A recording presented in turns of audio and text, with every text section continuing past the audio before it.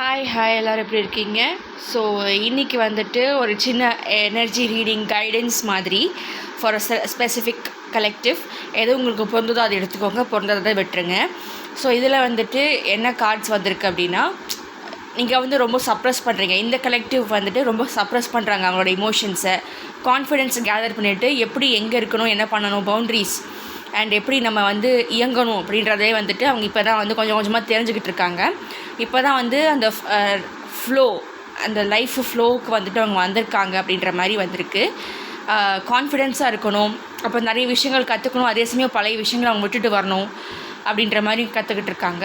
It's a difficult phase, but இவங்க வந்து they are trying to get over that. அதை தாண்டி அந்த கஷ்டமான விஷயத்தை தாண்டி வரணுன்ற மாதிரி அவங்க வந்து யோசிச்சுட்டு இருக்காங்க. அதுக்கப்புறம் இங்கே மல்டிபிள் ஸ்ட்ரீம்ஸ் ஆஃப் இன்கம், அப்புறம் வந்து நிறையா it's like you weaving every single thread அப்படின்ற மாதிரி இருக்குது. அண்ட் ஒவ்வொரு பெண்ணியுமே வந்து முக்கியம் அப்படின்ற மாதிரியும் இருக்குது. ஸோ ஃபினான்ஷியலி செக்யூர், அப்புறம் இமோஷ்னலி செக்யூர், இமோஷ்னல் செக்யூரிட்டி அந்த ரெகுலேட்டரி அதுதான் வந்து இப்போ போயிட்டுருக்கு. மெஜாரிட்டி வந்து இந்த விஷயம் தான் ரொம்ப ஹைலைட்டடாக இருக்குது. Emotional regulation, how they process things, அதுதான் போயிட்டுருக்கு. மற்ற விஷயங்கள்லாம் இட்ஸ் நாட், அதெல்லாம் பெரிய விஷயமாகவே இல்லை இப்போதைக்கு இந்த கலெக்டிவ் பார்க்கும்போது.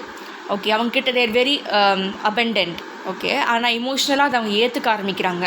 என்னால் முடியும், I am also lovable, I deserve to be loved, and எனக்கும் வந்து இந்த மாதிரி எமோஷன்ஸ் எல்லாம் வரும். It's just an emotion and நான் அதை எப்படி சேஃபாக வெளியே காட்டுறது, சேனலிங் அவுட் தோஸ் இமோஷன்ஸ் எப்படி பண்ணுறது, நான் அதை எப்படி எடுத்துக்கிறது, பீயிங் வர்னரபிள் அண்ட் எந்த இடத்துல இப்போ எந்த மாதிரி சுச்சுவேஷனை ஹேண்டில் பண்ணுறது, இந்த மாதிரி விஷயங்கள்லாம் அவங்க வந்து கற்றுக்கிட்டு இருக்காங்க. அப்புறம் வந்து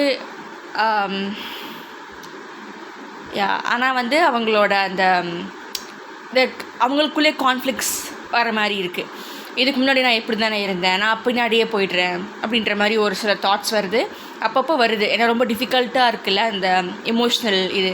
how to feel safe within your own body, how to feel happy with things that you already have, ஆனால் செல்ஃப் அக்செப்டன்ஸ் அந்த ஒரு விஷயத்தில் வந்துட்டு தே ஆர் லேர்னிங், இன்னும் ப்ராசஸிங் பண்ணிகிட்ருக்காங்க இந்த கலெக்டிவ்.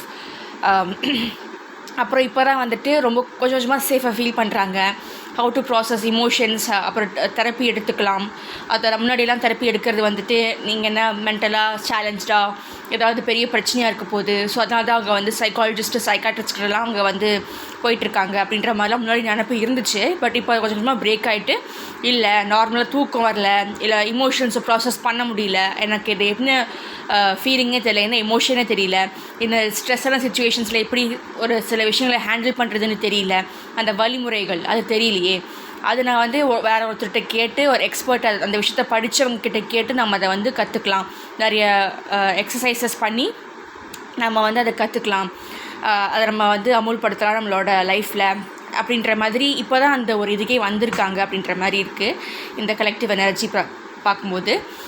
அப்புறம் அவங்க வந்து நிறைய விஷயங்களை வந்து இமோஷ்னலி ஷட் ஆஃப் பண்ணியிருக்காங்க. ஸோ அதுலேருந்து அவங்க வெளியே வரணும்.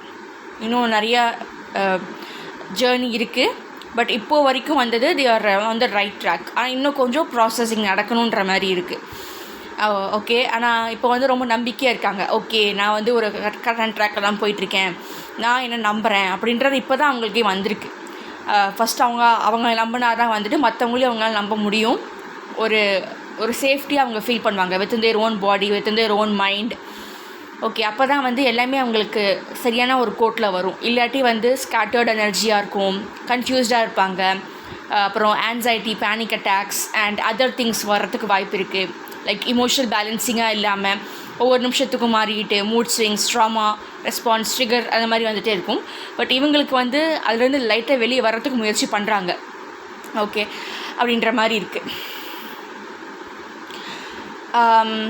அண்டு ஏதோ ஒரு கதை, அதில் வந்துட்டு ஒரு ராஜா வந்து 2-3 தடவை படம் எடுத்து அதில் தோற்று போய் அப்புறம் தப்பிச்சு ஓடி வந்து ஒரு குகைக்குள்ளே போகும்போது ஒரு ஸ்பைடர் வந்து திரும்ப திரும்ப அதோட கூட்டை கட்ட ட்ரை பண்ணி அதுவும் கீழே விழுந்துட்டு, பட் விடாமல் வந்து அதோட கூடை கட்டும் இல்லையா. ஸோ அந்த மாதிரி ஒரு இன்ஸ்பிரேஷனாக தான் இவங்க போயிட்டுருக்காங்க இந்த கலெக்டிவ் அப்படின்ற மாதிரி இருக்குது. அண்ட் அவங்களுக்குள்ளே இருக்கிற ஸ்ட்ரென்த் அவங்க வந்து வெளியே இப்போ தான் அவங்களுக்கே தெரியுது நான் இவ்வளோ ஸ்ட்ராங்கா, என்னால் இவ்வளோ தாங்க முடியுமா.